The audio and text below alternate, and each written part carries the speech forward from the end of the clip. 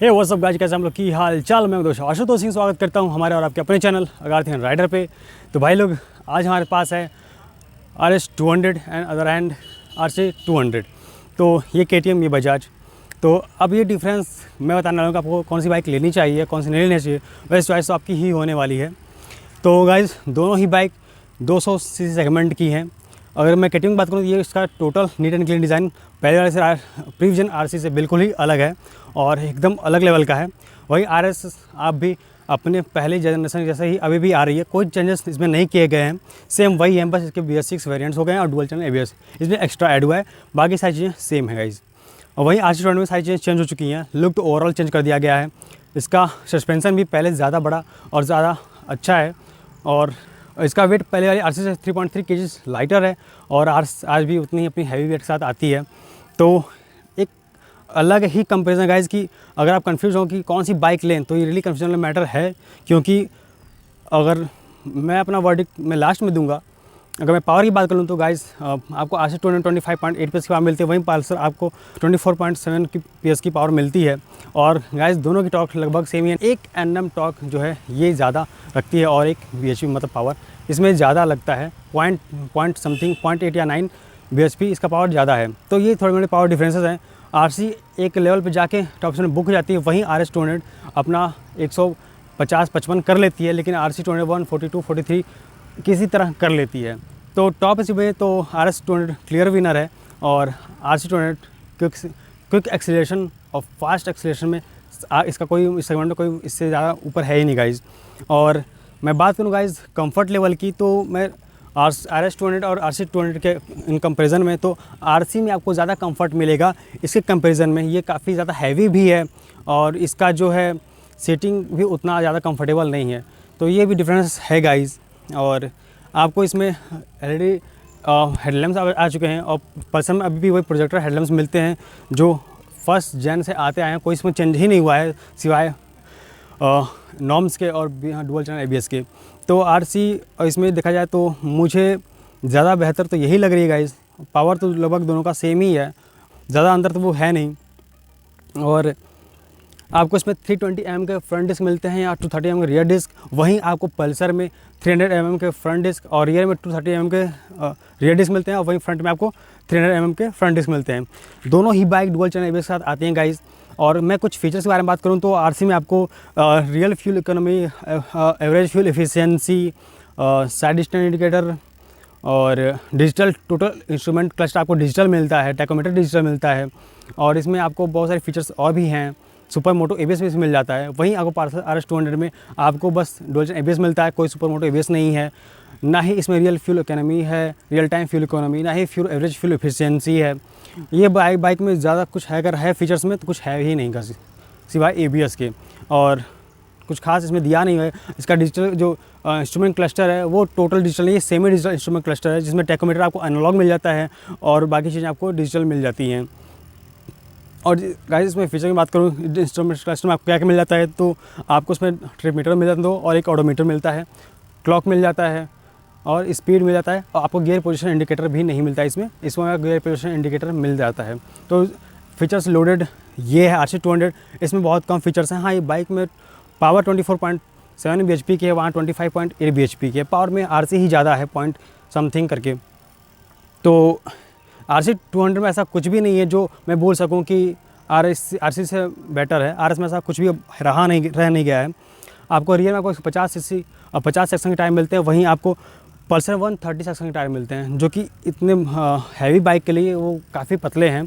और फ्रंट में आपको 100 mm के टायर मिलते हैं, वहीं आपको RC में आपको 110 mm के टायर मिलते हैं। तो वहाँ भी RS में आपको पतले ही टायर मिलते हैं। आपको इसमें USD फोक्स मिल जाते हैं, वहाँ आपको RS में टेलीस्कोपिक फोक्स मिलते हैं, जो कि इंडियन रोड कंडीशन के हिसाब से अच्छे हैं, लेकिन ज़्यादा अगर देखा जाए बेटर स्टेबिलिटी या फिर स्मूथनेस के मामले में तो RC का सस्पेंसन ज़्यादा बेटर है इसके अकॉर्डिंग। तो गाइज़ बहुत सारी चीज़ें हैं जो बेटर हैं। अगर मैं पेट्रोल टैंक की बात करूँ तो उसमें आपको RS में 13 लीटर की पेट्रोल टैंक मिलती है, 3.7 लीटर का पेट्रोल टैंक मिलता है, जो कि ये RS से बड़ा है। पहले कम होता था 9.5, अब ये 13.7 हो चुका है। तो ये भी गाइज़ एक अच्छी बात है।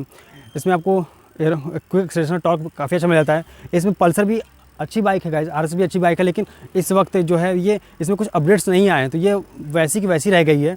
इसमें बस अपडेट्स में बस एक नॉर्म्स चेंज हुआ है और ड्यूल चैनल ABS आ गए हैं, और इस बाइक में और कुछ चेंज हुआ ही नहीं है। तो ये सारी चीज़ें हैं।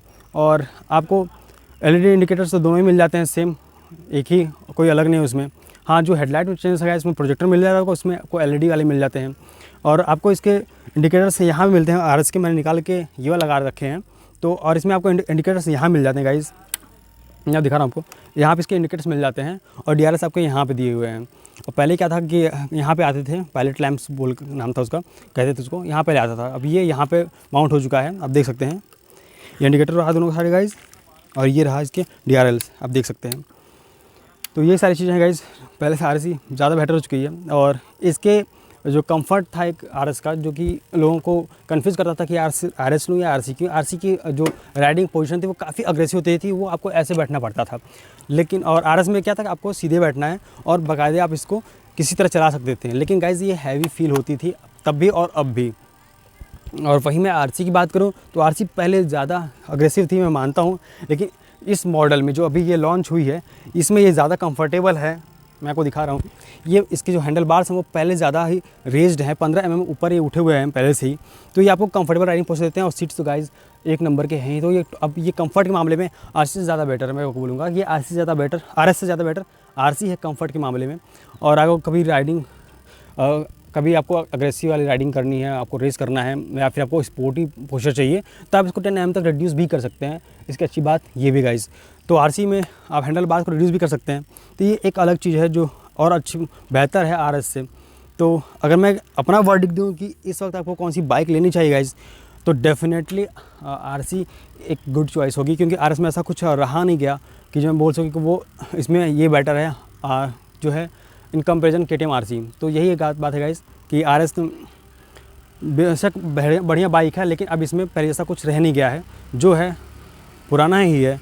यहाँ तक उसका इंस्ट्रूमेंट क्लस्टर भी अभी तक चलता है, उसमें कोई चेंजेस नहीं हुए हैं। जो पहली बार RS में इंट्रोड्यूस होता है वो भी NS वाले, तो वो भी अभी भी चलते आ रहे हैं, कुछ भी चेंजेस नहीं हुए हैं। तो मैं नहीं कह सकता कि आप इस बाइक को लो। हाँ, लेकिन प्राइस मैटर करता है। ये आपको 1.6768 शोरूम प्राइस है, ये आपके सिटी टू सिटी वेरी कर सकती है। वहीं आपका KTM का जो एक शोरूम प्राइस है वो 2,10,000 है, ये भी सिटी टू सिटी वेरी कर सकती है। और ऑन रोड में प्राइस की बात करूँ गाइस, तो ये आपको लगभग 2 लाख समथिंग लगेगा, 2,05,000 10,000 रख लीजिए, आपको ऑन रोड पड़ जाएगी। वहीं आपको RC200 लगभग 2.5 लाख है, 2,50,000 रुपये ऑन रोड पड़ने वाली है अप्रॉक्स। तो प्राइस मैटर करता है। अगर आप प्राइस 50,000 बजट रखते हैं गाइस, तो मैं कहूँगा आप RC200 ले जाएँ। लेकिन हाँ, RC का एक लिमिटेड तक ही टॉप स्पीड है, और RS का टॉप स्पीड 150-55 तो आराम से चली जाती है। तो यही रहा गाइस, और बाकी तो चॉइस आपका है, आपको कौन सी बाइक लुक अच्छी लगती है ये आप पे डिपेंड करता है। और अगर मैं इन दोनों बाइक के लुक्स के बारे में बात करूँ तो भाई दोनों ही अलग ही लुक्स हैं। तो मैं भाई मेरी तो जान है ये, तो मैं इसको कभी ख़राब बोल ही नहीं सकता। और RC भी अच्छी लग रही भाई, तो बात ही क्या है। तो आई थिंक गाइज़ आपको इस बारे वीडियो में कुछ बचा नहीं बताने के लिए, मैंने सारी चीज़ें कवर कर रखी हैं। और तो ये सारी चीज़ गाइज़, इंस्ट्रूमेंट क्लस्टर डिजिटल दिया हुआ है इसमें नहीं दिया हुआ है, और इसके सीट्स काफ़ी कंफर्टेबल हैं इन कंपैरिजन RS200। तो ये गाइज़ चलते हैं, मिलते हैं आपको नेक्स्ट वीडियो में। तब तक के लिए गाइज़ टाटा बाय बाय।